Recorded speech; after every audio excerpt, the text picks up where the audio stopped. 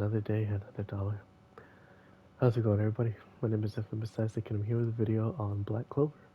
I'm going to be talking about the Sea Temple arc, and for the people wondering, this was the arc that I was talking about. This is the one that I remember, and I'm so glad for it. But before I get into that, so the last video I recorded, like actively recorded, which I think this is going to be going up either Monday or Tuesday of next week, whenever that happens, but the last video I actually recorded was the burnout video and the Black Clover video before this one. So I what I had last time when I was like, oh, my throat is sore. The reason for that is because I have strep throat and I didn't know that. So I've been sick for like these past couple days, just over here barely being able to talk and eat and whatever. I think this is the first time I ever had strep throat. At least because that's what my sister tells me. Like, oh yeah, it's probably that. So if this video is a little shorter, because it's because of that. So I'm sorry about that, but I really want to record this video. So without further ado, let me get into the spoiler-free section. So this arc is amazing. Wholeheartedly, I'm telling you right now, this arc is a 10. Excuse me, not a 10. It is a 9 out of 10. I'm about to say something crazy. It's a 9 out of 10 for sure. This arc is great. The story in it is great. It connects so well with the last arc. The characters in this are awesome. It doesn't overstay its welcome. For being only 12 episodes, it feels so so intense and impactful and dense in what's really happening. Like I really enjoyed this arc. Thought the music was great. It actually had me crying, like at the end of it, from how good this arc actually was. And that's not even I'm not even joking about that. Like it actually had me crying. So, this arc, for sure, peak fiction, 9 out of 10. Probably my favorite arc so far.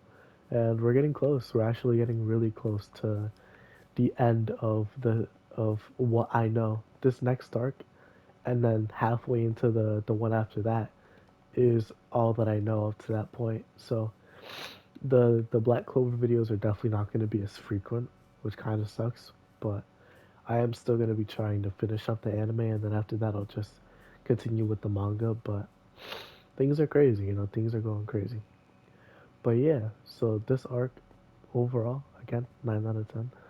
I can't say the MVP, but I really recommend it. Like so far, this is what I was waiting for, the real pink fiction to show up, and it showed up and delivered in space. It was awesome, genuinely awesome. But yeah, let me go into the spoiler stuff. Three, two, one.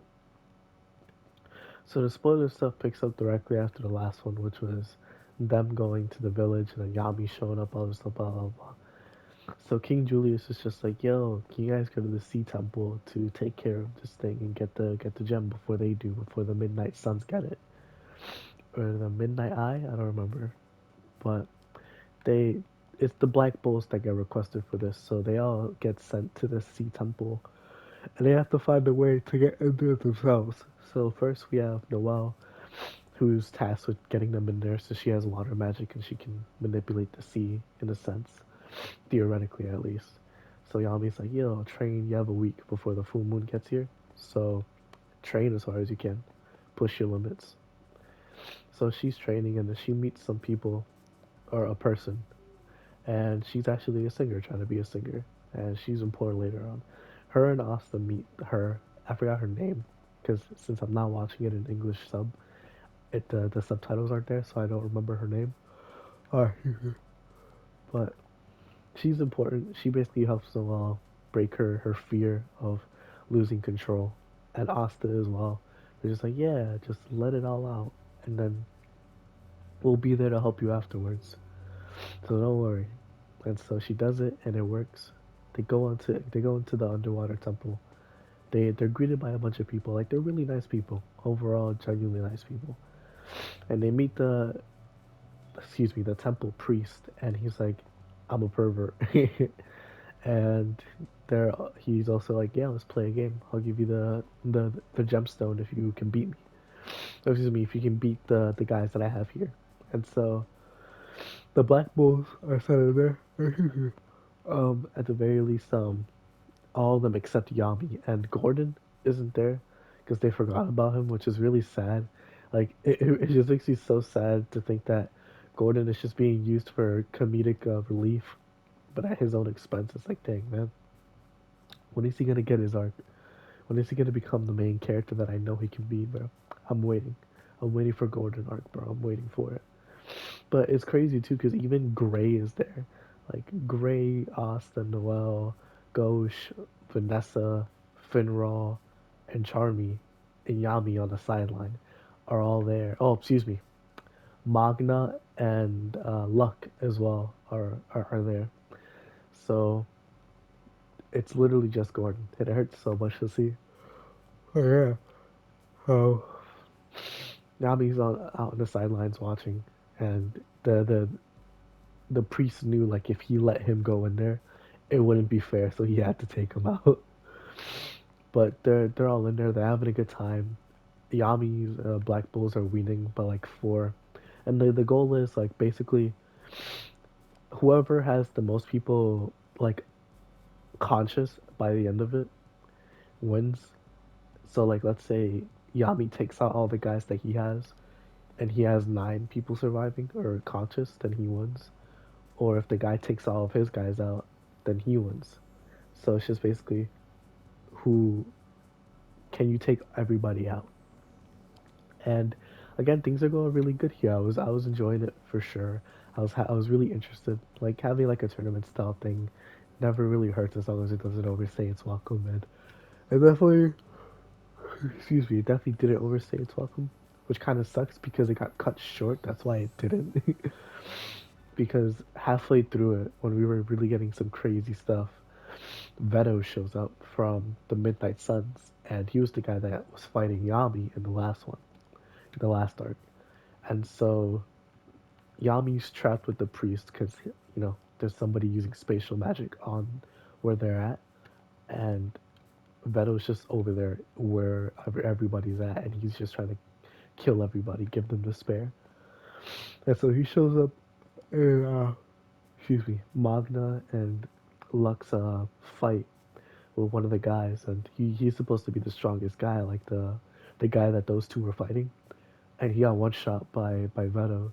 So it's like, oh shoot, like this is serious. So Magna and Luck were just going crazy, literally pulling out all the stops to the point where we found out like Magna and Luck consider each other best friends. Like even though Luck trolls Magna a lot and just gets him really riled up, it's because he wants him to be that riled up so he can be stronger. He can just pay attention to him. They're friends. Like Luck made his first friend with Magna, and Magna, even though he doesn't like the pranks and thinks he can go overboard sometimes, that's still his best friend. They care for each other like they're brothers, bro. It's truly beautiful, truly beautiful.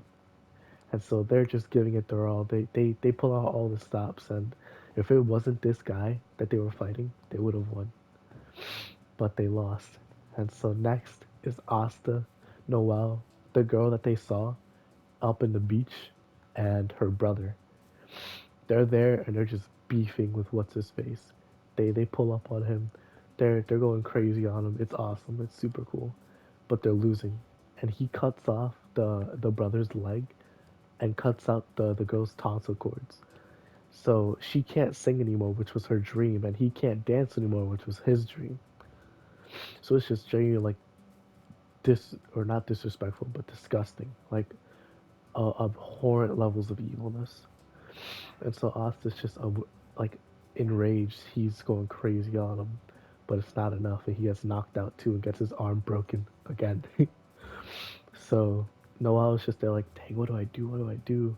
And then she pulls out a new spell from her grimoire, a super cool. It was like a dragon one where it took her normal water blast, it turned it into a dragon, bro. It was so cool, and it just knocked him out of the building. It didn't finish him, but it obliterated his arm. It was so crazy, bro. It took out his right arm.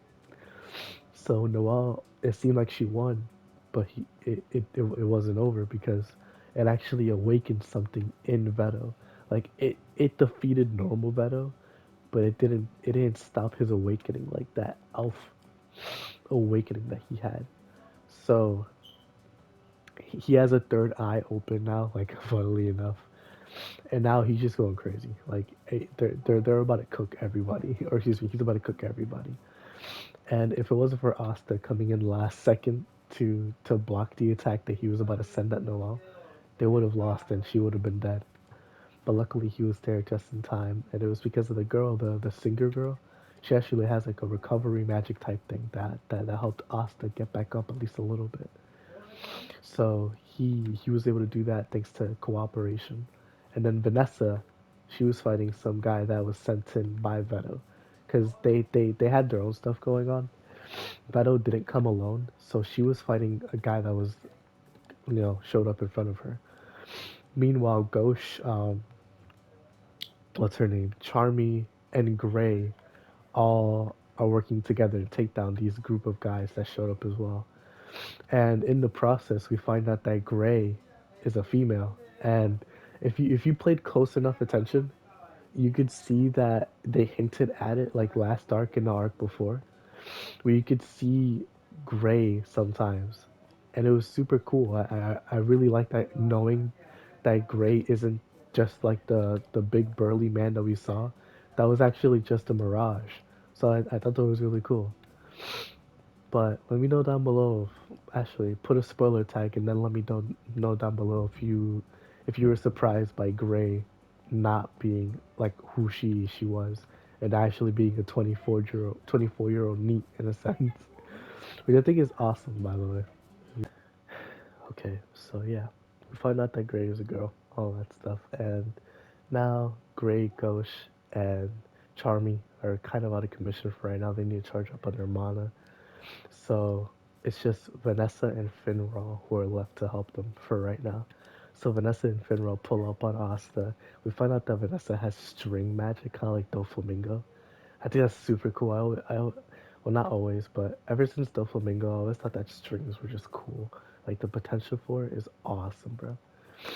But now it's been Vanessa, Finral, and Asta using each of their powers to work together to beat this guy. And it's basically Finral is opening up a bunch of portals while Vanessa is using a bunch of strings to drag Asta as a way to like maneuver him. And Asta is using his sword to drain the energy from him and also just negate his energy.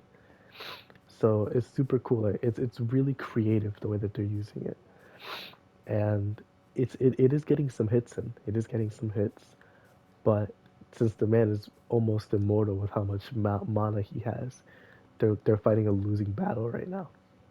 But through sheer luck, determination, resilience, persistence, and human spirit, indomitable human spirit, we managed to see Asta beat this guy.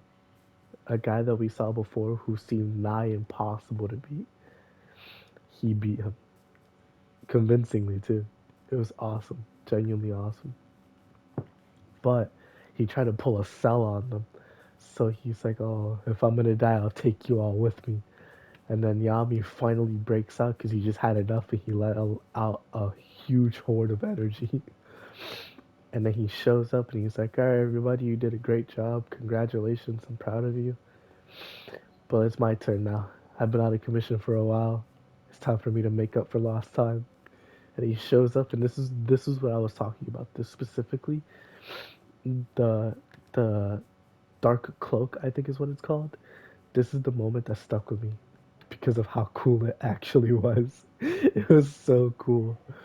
And that's the only reason I remembered this arc. I didn't remember that it was a sea temple. I didn't remember all the people. None of that. I just remembered that he did this. And it was so cool, bro. Genuinely so cool. I loved it. And he manages to one shot the guy. It's awesome. Awesome for sure. And then Yami's just like, "Alright, we did it." And then the priest shows up. He's like, "Thank you so much. If there's anything I can do, please tell me." And then Yami's just like, "Yeah, just give us the stone and we'll be out of your hair." And then the guy's like, "What stone?" And then the whole time he just said that he had the stone to persuade them into playing his game.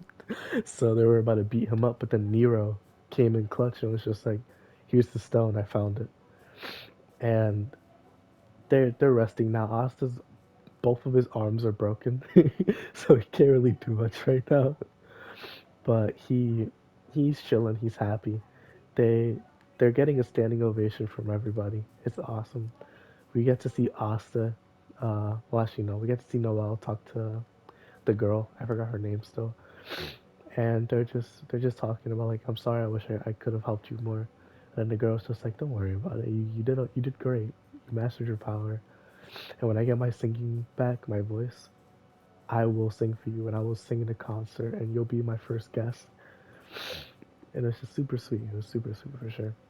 But then Asta goes to see Yami, and he's over at the gravesite for what's his face for Beto, and he put him like put a blanket over him, and he was just like praying for him. And Asta was just like, it seemed like he had the most despair out of all of us. So I don't know what he went through, but I don't think anybody deserved it. And then Yami was just like, if you're gonna be an idiot, then you shouldn't think about stuff like that, because it makes being an idiot a lot harder. And then they leave.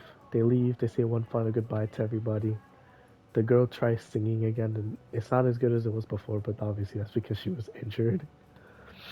But everybody joins in, and that had me crying. I'm not even gonna lie, that had me crying like crazy. But yeah, they go back. They're chilling back in the Black Bull's hideout, and Charmy, Finral, Yami, and Asta go back to the well, what's this dude say? The Wizard King. They're just like, yo, we blah blah blah. This isn't us. And then they find out that the Diamond Kingdom is actually launching a raid.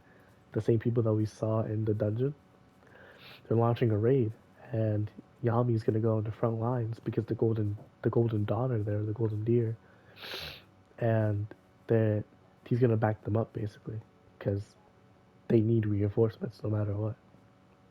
And Asta wants to go too. Charmy volunteers to be his supervisor, only because she wants to see and now they're trying to find Finro. And that's the end of that. That's the end of the arc. And man, let me tell you guys. Let me tell you so. This arc is my favorite arc in the show so far. I know the next arc is gonna be my favorite for sure, but for right now, this arc is awesome. It's peak fiction. I really, really enjoyed this arc. Like the story was great. The it was emotional. It was funny. It was cute. It was awesome. I'm so sorry. It really hit all the right notes for me. And the animation could be a little better. And there were also some oversights, like when Noelle was talking about when she got inducted into the Black Knight or the Black Bulls.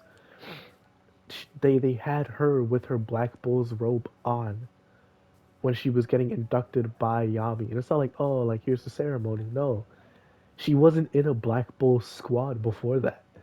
So, so why does she have the robe on? That makes no sense to me. That's super weird. And also, sometimes Asta's sword looked a little bit weird. It lost the black dredge that it had on it.